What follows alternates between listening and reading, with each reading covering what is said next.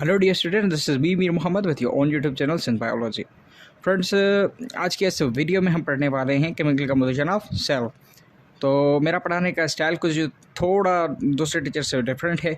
मैं जो पढ़ाता हूँ मैं ट्राई करता हूँ कि मैं एक एक चीज़ का कॉन्सेप्ट अपने स्टूडेंट के दिमाग में बिल्ड करूँ। ठीक है, तो सबसे पहले मैं आपको बताऊँगा कि हम जिसकी केमिकल कंपोजिशन पढ़ रहे हैं बेसिकली वो है क्या और वो क्यों ऐसा है। हर चीज़ की लॉजिकल रीजनिंग दूंगा। ठीक है, उसके बाद मैं आपको बताऊंगा कि केमिकल कंपोजिशन ऑफ जो सेल है बेसिकली केमिकल खुद क्या होता है। ठीक है, केमिकल का कॉन्सेप्ट क्लियर होगा तभी तो हमें पता चलेगा कि कौन से केमिकल हैं जो मिलकर सेल को बना रहे हैं। ठीक है, तो वीडियो को ज़्यादा लंबा ना करते हुए चलिए शुरू करते हैं अपने टॉपिक को। ठीक है दोस्तों, तो सेल सबसे पहले हमारी बुक्स में जो डेफिनेशन दी जाती है वो ये दी जाती है कि भाई basic structural and functional unit of life. अब दोस्तों हमने तो कह दिया, किताब में भी आ गया कि भाई ये स्ट्रक्चरल और फंक्शनल यूनिट ऑफ लाइफ है। अब ये कैसे होता है सर, हम कैसे मान लें? क्या ये सिर्फ बुक में लिखा हुआ है इस वजह से मान लें? नहीं भाई, इसके पीछे आपको मैं लॉजिक समझाता हूँ कि ये बेसिक और स्ट्रक्चरल और फंक्शनल यूनिट क्यों कहलाता है। देखिए, लाइफ होती है ना, लाइफ बियरिंग सब्सटेंस या लाइफ बियरिंग थिंग को हम क्या कहते हैं? लिविंग ऑर्गेनिज्म कहते हैं। मतलब वो चीज़ जिसमें जान पाई जाए या जान से रिलेटेड या लाइफ से रिलेटेड जितने भी इंपॉर्टेंट प्रॉपर्टीज़ हैं वो पाई जाएँ, उसको क्या कहते हैं? लिविंग ऑर्गेनिज्म कहते हैं। अब ये जो लिविंग ऑर्गेनिज्म है, ये किस चीज़ों से बना हुआ है? ये मेनली पार्ट्स का बना हुआ है जिसको हम क्या कहते हैं? आर्गन कहते हैं। ठीक है, अब आर्गन क्या होता है भाई? उज़ू, सिंपल लैंग्वेज में अगर जो समझ लो तो हमारे जो बॉडी पार्ट होते हैं उनको आर्गन कहा जाता है। ठीक है, अभी मैं ज़्यादा डीप में नहीं जा रहा, ऊपर ऊपर से आपका कॉन्सेप्ट क्लियर कर रहा हूँ क्योंकि ये सारी चीज़ें आगे आने वाली हैं। ठीक है, तो ये जो आर्गन होता है बेसिकली, ये आर्गन किस चीज़ से मिलकर बना होता है? ये आर्गन टिश्यू से मिलकर बना होता है। और ये टिश्यू क्या होता है भाई? ये जो टिश्यू होता है ये tissue group of similar sales होता है। मतलब एक जैसे ही सेलों का ग्रुप। सिमिलर का मतलब एक जैसे ही सेलों का ग्रुप। अब एक जैसों का मतलब सर, ये कहने का मकसद कि भाई उनकी मॉर्फोलॉजी, उनकी फिजियोलॉजी वो सेम होगी। मॉर्फोलॉजी और फिजियोलॉजी मतलब वो उसका जो बेसिक स्ट्रक्चर है, जो उसका आउटलुक है वो उन सेलों का एक जैसा होगा। और फिजियोलॉजी का मतलब भाई जो एक सेल का फंक्शन होगा वही उस दूसरे सेल का फंक्शन होगा। तो ऐसे ग्रुप ऑफ सेल जो सिमिलर फंक्शन परफॉर्म करे और उनकी मॉर्फोलॉजी भी सेम हो तो उनके ग्रुप को हम क्या कहते हैं? टिश्यू कहते हैं। ठीक है, अब इसकी एग्जांपल दूंगा तो आप समझ जाएंगे कि सर ये स्ट्रक्चरल यूनिट कैसे हुआ सेल। तो भाई ये जो टिश्यू है, ये लिविंग ऑर्गेनिज्म आर्गन से बना, आर्गन टिश्यू से बना है। ये जो टिश्यू बन रहा है ये किससे बन रहा है? ग्रुप ऑफ सेल से बन रहा है। बेसिकली मैं कहूँ कि ये सिर्फ सेल से बन रहा है। अब ये सेल ही है ना जो आपस में कंबाइन होकर क्या करेंगे? टिश्यू बनाएंगे। इसकी एक मैं छोटी सी एग्जांपल आपको देना चाहता हूँ और उसके थ्रू आपको बेसिकली अच्छा समझ में आ जाएगा। अब देखें दोस्तों, मैं एक मिसाल दे रहा हूँ। अब ये मेरा हैंड है। ठीक है, अब इस हैंड पर आपको डब्बे डब्बे नज़र आ रहे हैं। ठीक, अगर जो मैंने इसको जूम किया है, अपना हाथ ही आप देख सकते हैं, तो इसमें ये डब्बे डब्बे नज़र आते हैं। ठीक है, अब ये जो डब्बे डब्बे हैं ये क्या है बेसिकली? अब देखो समझो, ये जो हमारा हाथ है, हाथ के ऊपर जो ये कवरिंग है, ठीक है, हाथ के ऊपर ये जो कवरिंग है ये क्या थी? आपके हाथ या मेरे हाथ के ऊपर जो चीज़ है, ये जो आउटर मोस्ट कवरिंग है, इसको हम स्किन कहते हैं। ठीक है, अब ये स्किन क्या होती है भाई? ये स्किन और कुछ नहीं होती भाई, स्किन ये आर्गन ही होती है। स्किन क्या होती है? एक आर्गन होती है। अब ये आर्गन था, आपको मैंने प्रैक्टिकली दिखाया भी कि फॉर सपोज़ ये मेरा हैंड का एक मैं पीस ले लेता हूँ, जो बैक साइड में जो मैंने आपको दिखाया, तो ये क्या था भाई? इसमें आपने देखा कि ये डब्बे डब्बे थे। मतलब ये कंपार्टमेंट टाइप पर छोटे छोटे बॉक्सेस बने हुए थे। ठीक है, अपने हाथ पर भी अगर आप जूम करके देखेंगे तो आपको ये नज़र आ जाएंगे। तो भाई कॉन्सेप्ट देने की कोशिश कर रहा हूँ, समझिएगा थोड़ा। ठीक है, तो ये जो स्किन है ये क्या है? आर्गन है। अब ये जो आपको डब्बे डब्बे दिख रहे हैं, ये जो स्ट्रक्चर बन गया, तो ये क्या बना? एपिडर्मल टिश्यू बन गया। ठीक है, एपिडर्मल लेयर जो किसकी बनी हुई है? एपिडर्मल टिश्यूज़ की बनी हुई है। ठीक है, अब टिश्यू क्या होता है बेसिकली? टिश्यू मैंने आपको बताया कि ग्रुप ऑफ सिमिलर सेल्स होता है। तो ये जो आपको छोटे छोटे बॉक्सेस या डब्बे या कंपार्टमेंट दिख रहे हैं ना, बेसिकली यही सेल है। क्या है? यही सेल है। तो ये जो आर्गन है, आर्गन किससे बना हुआ है? टिश्यू से। तो ये टिश्यू किस चीज़ से बना हुआ है? इस टिश्यू का सबसे जो बेसिक यूनिट है वो क्या है? वो सेल है, सेल है। तो तभी कहते हैं कि भाई सेल क्या है? Structural basic unit of life, basic structural unit of life. ठीक है, अब ये फंक्शनल यूनिट कैसे हुआ सर? स्ट्रक्चरल तो समझ में आ गया, मैं थोड़ा स्पीड में पढ़ा रहा हूँ क्योंकि वीडियो ज़्यादा लेंथी ना हो और आपके कॉन्सेप्ट भी बिल्ड हो जाएं। ठीक है भाई, तो भाई ये समझिएगा कि फंक्शनल यूनिट ऑफ लाइफ कैसे होता है। भाई फंक्शनल यूनिट ऑफ लाइफ ये इस वजह से कहलाता है क्योंकि लिविंग ऑर्गेनिज्म में, लिविंग ऑर्गेनिज्म जो होता है ना, जो कोई भी लिविंग ऑर्गेनिज्म जिसमें लाइफ बियरिंग प्रॉपर्टीज़ हो, तो उसमें जितने भी लाइफ को मेंटेन करने के लिए जितने भी प्रोसेसर होते हैं, लाइफ की मेंटेनेंस के लिए, मतलब लाइफ कंटिन्यू रखने के लिए जितने भी प्रोसेसर होते हैं, उसको हम क्या, वो जो प्रोसेसर होते हैं वो कहाँ होते हैं? वो सेल में होते हैं। अब कैसे होते हैं सेल में सर? हमें तो कुछ समझ में नहीं आया आपने क्या कहा। तो समझिएगा, ये जो लाइफ बियरिंग एक्टिविटीज़ होती हैं, लाइफ बियरिंग एक्टिविटीज़ का मतलब ये भाई, ये जो लाइफ बियरिंग एक्टिविटीज़ है जिसमें सबसे पहले रिस्पायरेशन आता है, तो ये रिस्पायरेशन होता कहाँ है बेसिकली?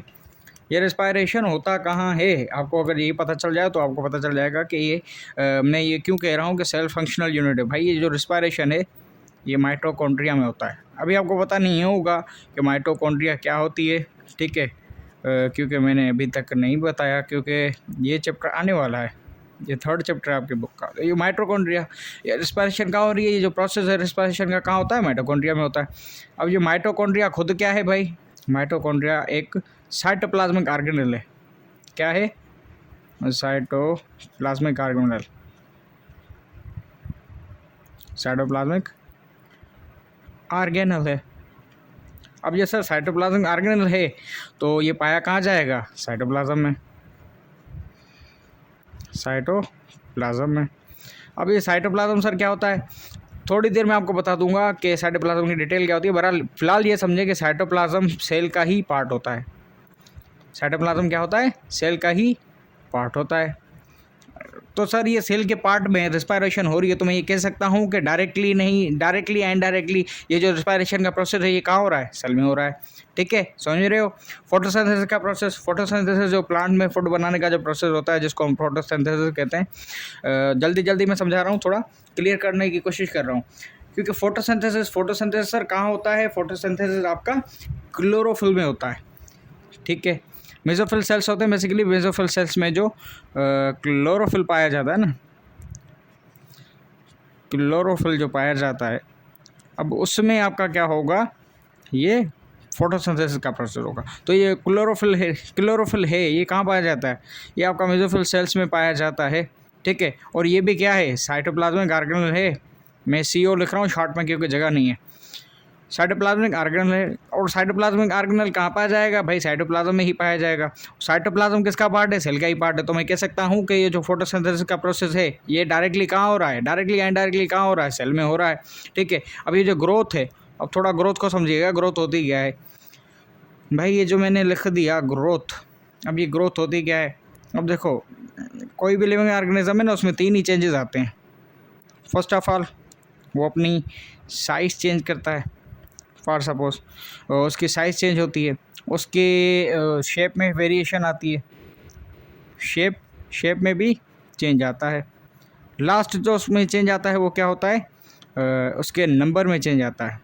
पहले 1 था, फिर 2 हुए, फिर 2 से 3 हुए, 3 से 4। तो ये जो चेंजेस आ रहे हैं, मैं थोड़ा जल्दी पढ़ा रहा हूँ आपको, नहीं तो ये कॉन्सेप्ट बहुत ही अच्छे हैं। आगे चलकर जब ये चैप्टर आएंगे तो इनको डिटेल में समझेंगे।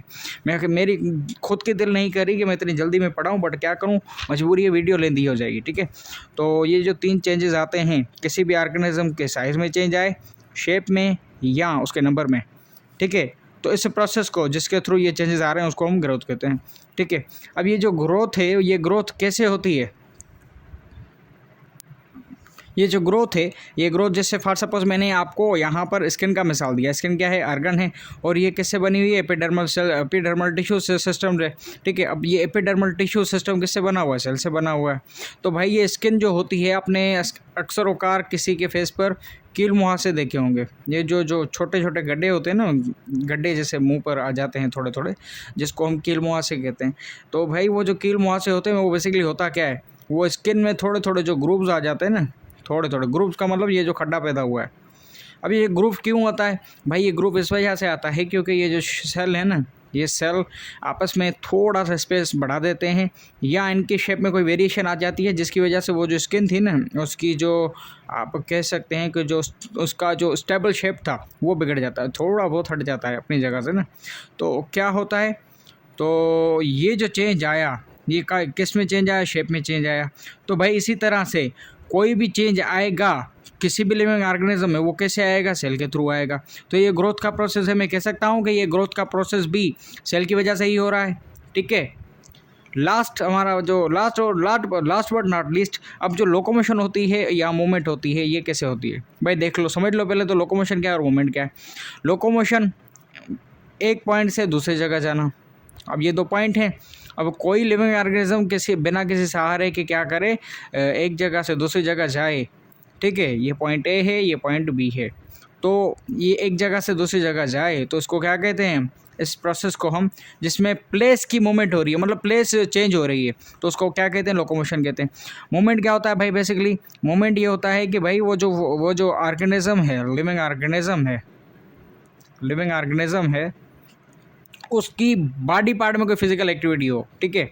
उसका जो बॉडी पार्ट है ना, जो बॉडी है, मैं क्या चाहता हूँ, उसके जो बॉडी पार्ट्स होते हैं, जैसे हैंड है, ठीक है, हैंड है, या हमारे पाँव हैं, हमारे लेग है, और हमारा नोज़ हो गए, या लिविंग या प्लांट में देखें तो उनके जो पत्ते होते हैं जो हवा में हिलते हैं, तो क्या करते हैं? वो अपनी जगह से नहीं हिलते, बट वो क्या करते हैं, उनके जो बॉडी पार्ट होते हैं उनमें कुछ ना कुछ फिजिकल एक्टिविटी होती है।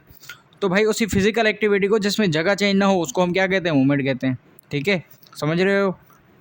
तो ये मूवमेंट या लोकोमोशन किस वजह से होती है भाई? ये मूवमेंट या लोकोमोशन होती है भाई कनेक्टिव टिश्यूज़ की वजह से, ठीक है, कनेक्टिव टिश्यूज़ की वजह से। आगे चलकर पढ़ेंगे कनेक्टिव टिश्यूज़ में, जब हमारा टॉपिक आएगा ना, टेंडन होता है, लिगामेंट होता है, वो दोनों क्या है? कनेक्टिव टिश्यूज़ हैं। अब कनेक्टिव टिश्यूज़ का मतलब भाई ये जोड़ने का काम करेंगे, कनेक्ट। अब ये जो लोकोमोशन होती है एक जगह से दूसरी जगह जब हम जाते हैं, तो वो क्या होता है? बेसिकली मसल्स और बोन का कॉम्बिनेशन ही होता है, जिनके थ्रू क्या होता है कि वो एक स्केलेटल सिस्टम बन जाता है। तो जो लिविंग ऑर्गेनिज्म उस स्केलेटल सिस्टम को बियर करता है, उसमें वो खासियत आ जाती है जिसको हम लोकोमोशन कहते हैं, जो एक खास प्रॉपर्टी है लिविंग ऑर्गेनिज्म की, ठीक है। तो ये किसके थ्रू हुई लोकोमोशन कनेक्टिव टिश्यूज़ के थ्रू हुई। अब टिश्यू क्या होता है? Basically tissue group of cells होता है। मैं कह सकता हूँ कि ये जो ग्रोथ है ये सेल के थ्रू ही हुई, ठीक है भाई। ग्रोथ नहीं, सॉरी, लोकोमोशन। ये जो लोकोमोशन है बेसिकली ये किसने की? इसे सेल की वजह से तो हुई। अगर ये सेल ना होता तो ये लोकोमोशन होती नहीं होती। लास्टली हम पढ़ लेते हैं कि भाई लास्ट में आपको बता देता हूँ कि जो रिप्रोडक्शन, ये जो सेल में या किसी भी लिविंग ऑर्गेनिज्म में इंक्रीज़ इन जनरेशन, या हम कह सकें कि वो जो अपनी नई जनरेशन प्रोजेनी पैदा करने के लिए जो प्रोसेस करते हैं, जिसको हम रिप्रोडक्शन कहते हैं। अब ये रिप्रोडक्शन किसके थ्रू होता है भाई? रिप्रोडक्शन भी 2 चीज़ों की वजह से होता है, ठीक। यहाँ पर पेज पर जगह नहीं बची, मैं आपको समझा देता हूँ, थोड़ा आप समझिएगा, कोऑपरेट कीजिएगा, ठीक है। अब ये जो रिप्रोडक्शन होती है, रिप्रोडक्शन बेसिकली सेक्स सेल्स की मदद से होती है, ठीक है, सेक्स सेल्स। अब ये जो सेक्स सेल्स हैं, तो जो मेल का जो सेक्स सेल होता है, एम से मैं मेल को रिप्रेजेंट कर रहा हूँ, ठीक है। मेल का जो रिप्रोडक्टिव सेल होता है उसको हम स्पर्म कहते हैं, और जो फीमेल का रिप्रोडक्टिव सेल होता है उसको हम क्या कहते हैं? ओवम कहते हैं।